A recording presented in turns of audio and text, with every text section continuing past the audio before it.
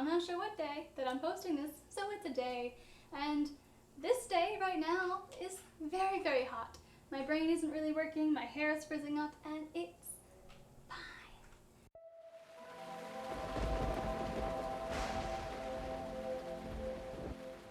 Today, we're gonna do some interesting kind of reaction stuff that I haven't really tried before, so it's gonna be fun. It's similar to the video I made a million years ago about Squid Game and like reacting because I hadn't seen it. And you know, I still haven't seen it, but that's okay, I think. Today we're going to be looking at Pixar's 22 Rules of Storytelling. And I'm pretty sure I read these like a couple million years ago as well. I don't really remember them at all, so I'm just sort of going to read through them and we're going to talk about them and see if I agree. That's the excitement today. Okay, let's get into it. Number 1, you admire a character for trying more than for their successes. I think that's a good protagonist quality, right? That's like, it doesn't really matter. It's the whole journey situation, right? Not don't stop believing, but like, it's the journey that matters and not necessarily the ending. It's very Finding Nemo, which makes sense. Yeah, no, I think that's a good one. You want a character that has drive or has some sort of reason for doing something, right? Like the motivation, the inciting incident that leads them to trying to do something, and the way that they tackle all the problems that come with whatever they're doing is more important than the end goal, because usually in these sorts of things, the character doesn't really get what they want. They get something adjacent to what they want or completely different, but they found out what they wanted along the way. So I'd say number 1 is good. 2, you gotta keep in mind what's interesting to you as an audience, not what's fun to do as a writer, and they can be different. Yeah, this is true, and it's, I think, hard for a lot of people, because you want to write, you know, something that you really want to write, and that sounds redundant, but when you're writing, it's like, it can be a passion project, especially if this is like a book and it's your first one, and you just want to get all these thoughts out on the page, and it's something that's been in your head forever, and it's, you know, you really love it, doesn't mean everyone else is going to love it. And I think if you're writing a story, not necessarily with the intention to publish it, but just because you want to get the story written down, I don't think that you need to care about this as much. In that case, I'd say just write whatever you want, whatever makes you happy. But if you're trying to publish or do something, you know, enter contests, whatever, well, contests you usually have rules to adhere to, so that's a whole different thing.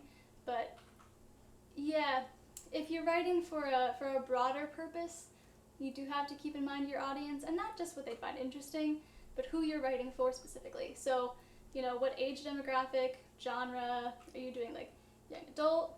Are you doing middle grade? Are you doing adult?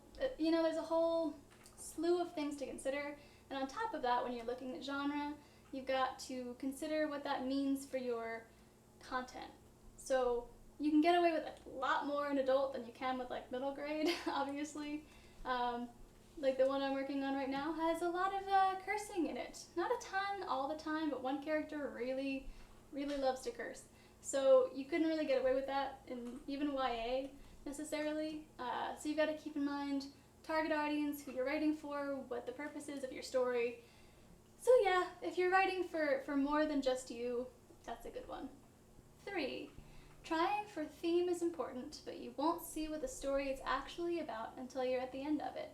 Now rewrite. Yeah, this is true of a lot of things, not necessarily just theme, but that is true. It's sort of as you're going, seeing what the characters do and where the story ends up.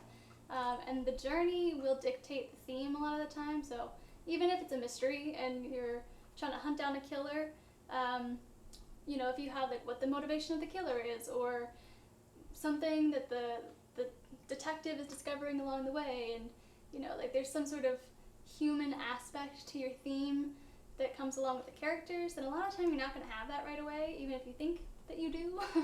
And there can be a couple of different themes going around, but the strongest one might not come out until you're at the end. And then you have to tighten that up like you do with everything when you go through and edit.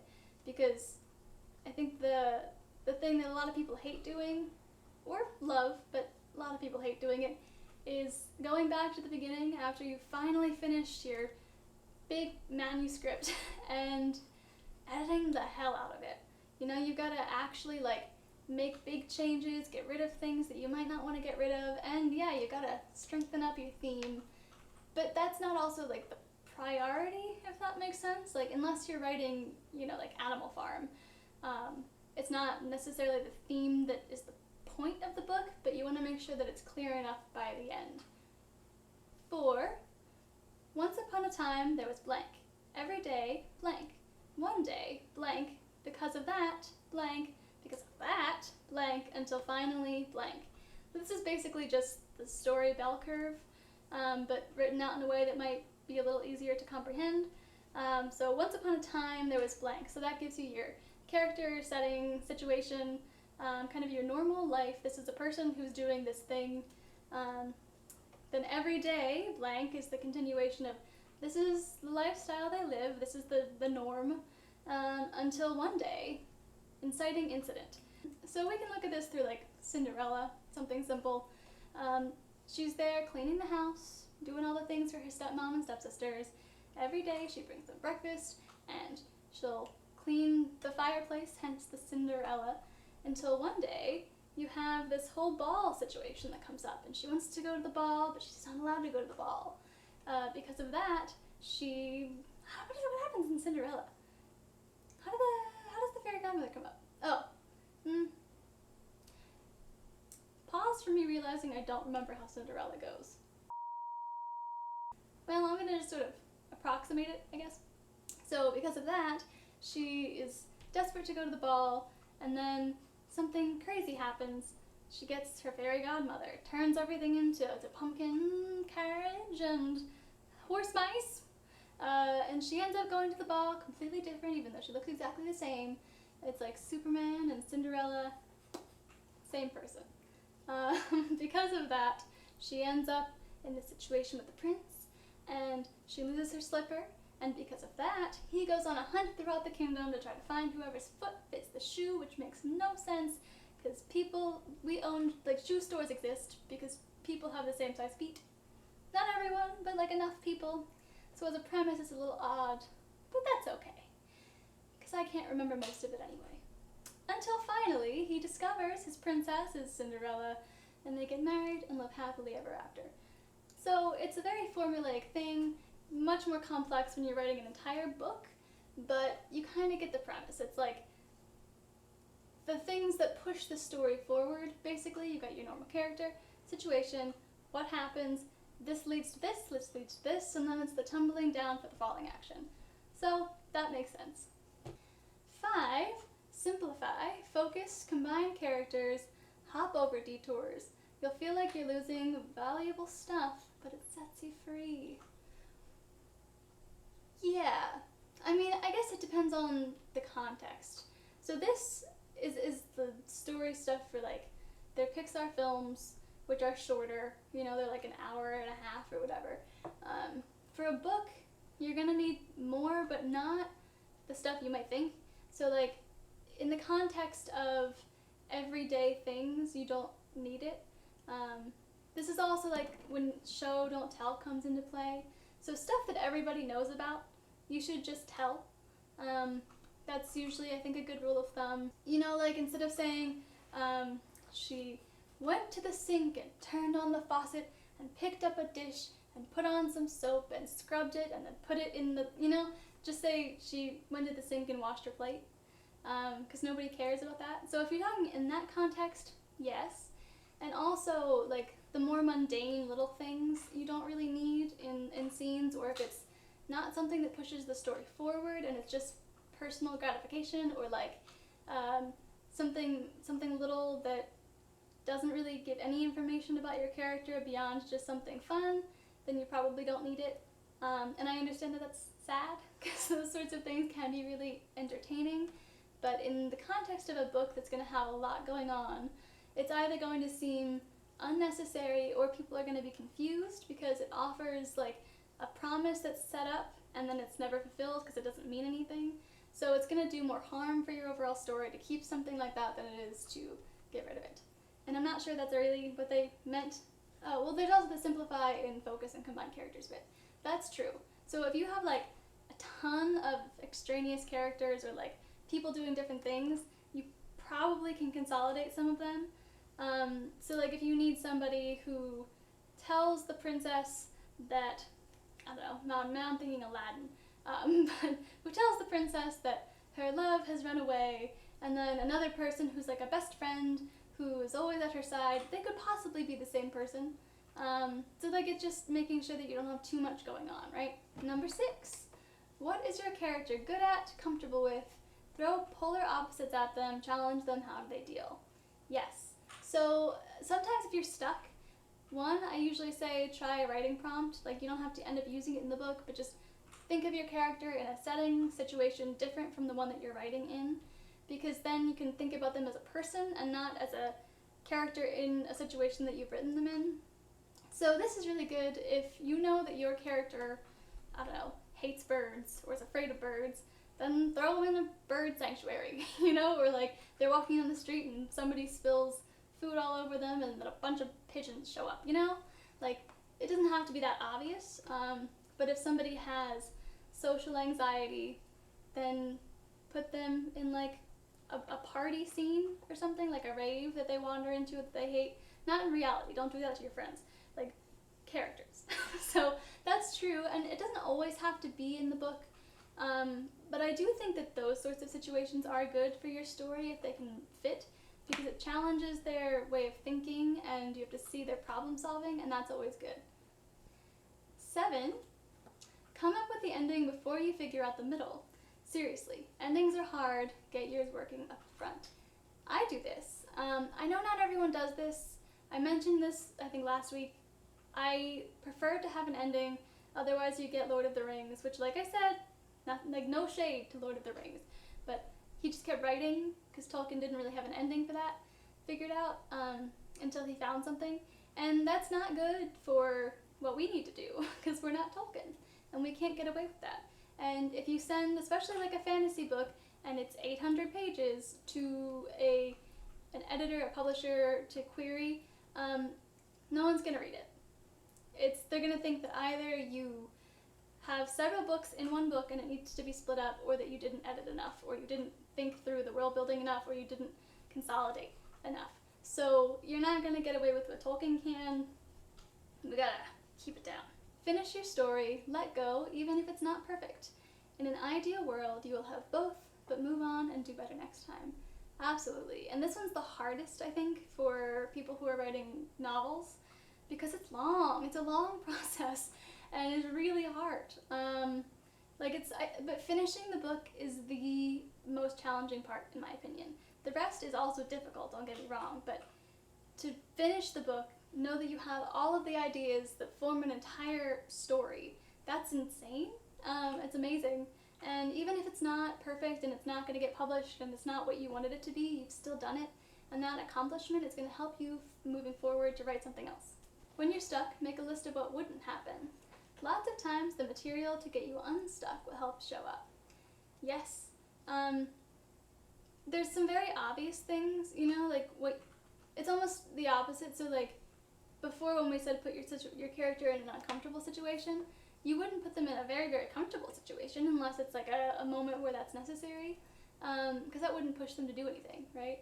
Like if your character really hates the dark, you wouldn't keep them in the light 100% of the time. If it's like, I just want to sit in my chair all day because the outside world is scary, if you have them sit in their chair all day, then you're not going to have a story. So think about all the things that don't make sense for your character, and sometimes you'll either find the thing that they're most afraid of if you don't know already, or the thing that would challenge them the most, or you'll at least get all the ideas and think of the opposite of those. Pull apart the stories you like. What you like in them is a part of you. You've got to recognize it before you can use it. So I guess it depends on which angle you're looking at it from, because if you're saying, like, I really like these character aspects, you want to make sure that you're not, like, writing the same character exactly. But you can take those little characteristics that you think are the most interesting in a character and make them, like, spread them out, preferably. That's another thing, is, like, when you're writing, a lot of people, when they first start to write, have a character that's almost like a self-insert where they put themselves into a book. And a lot of people have said this before, I'm not the first one to say this, but when you do that, you have a harder time seeing the flaws because you're writing yourself, and so some of the flaws that you may have that other people see, you don't see. And then people point them out, and then it can get messy. So if it's a story like part, or a pacing situation, or like a setting, or a theme, or a motif, or a trope, or something like that, absolutely. You gotta like look at all the little things that you enjoy, movies, books, everything else, and figure out what it is in those stories that are most interesting to you, because that might also be what helps motivate some of your characters. But just don't get too lost in it, because it's your story, right? So you don't want to make it emulate all those things and lose what makes you so unique and what makes your vision so unique. Okay, and where we're going to stop today is number 11, because we're halfway through, and I feel like I've been talking for a while. So, putting it on paper lets you start fixing it. If it stays in your head, a perfect idea, you'll never share it with anyone. Yes, so I definitely said this a couple videos ago too, but one of the biggest problems about writing is not writing. So you can have a million amazing ideas, and if you never write them out, then you'll never have any audience for them. Which is fine if that's not what you want, but if you're trying to write, then it definitely is a problem. Even if it's a mess, just writing it down helps you start to get things in order. You can figure out what works best for you. If you are better to type it, because you can cut things and put them in different places, or writing it on note cards, or talking into a voice recorder, you can start to figure out the best way to go about your thought process, and to start to organize those thoughts and make them into something tangible. Because I've had so many ideas, and like the book I'm working on right now was a lot of loose threads that I had to try to pull together into something cohesive, and that's very difficult because you can have these wonderful scenes laid out, or characters, but you gotta figure out how it all fits. And I definitely had those, like taking a shower, thinking of a scene, and I figured all the lines perfectly, but if I don't write them down, then it's just a scene in my head that's gonna disappear at some point, right? So you gotta just get it onto paper, start the process, and then eventually, just keep working at it. And hopefully you stay motivated, stay thinking, stay writing, and then you'll have a story. Whether or not it's an amazing one doesn't really matter at first, as long as you get it on paper. Let me know if you want me to finish the list and do the last 11. I just figure if I sit here and talk for another however many minutes, going through the next half of the list is just a lot. So I'm not going to do that right now, but I've enjoyed this so far. I think it's 11 for 11, even if the context is a little bit different. Thinking about, like story writing for Pixar films and for books, because it's just a much longer form, different format, but I think that the method of thinking and the way you're talking about characterization and just getting yourself to writing is very important, and it still works in this situation. So I think that's where I'm going to stop for today, but yeah, let me know in the comments if you are interested in another video about the other half of the list, and which one of these things you think is most important, least important, if you think that none of them apply, or maybe they're all different levels of significant for book writing. I'd love to hear what you guys think. So if you like this video, maybe like and subscribe, and the bell that exists is there. It's somewhere, and maybe you should hit it, because that would be nice, and you'll know if I make another one of these videos. But for now, I guess that's where I'll leave off. I will see you in the next one, and for now, sweet dreams.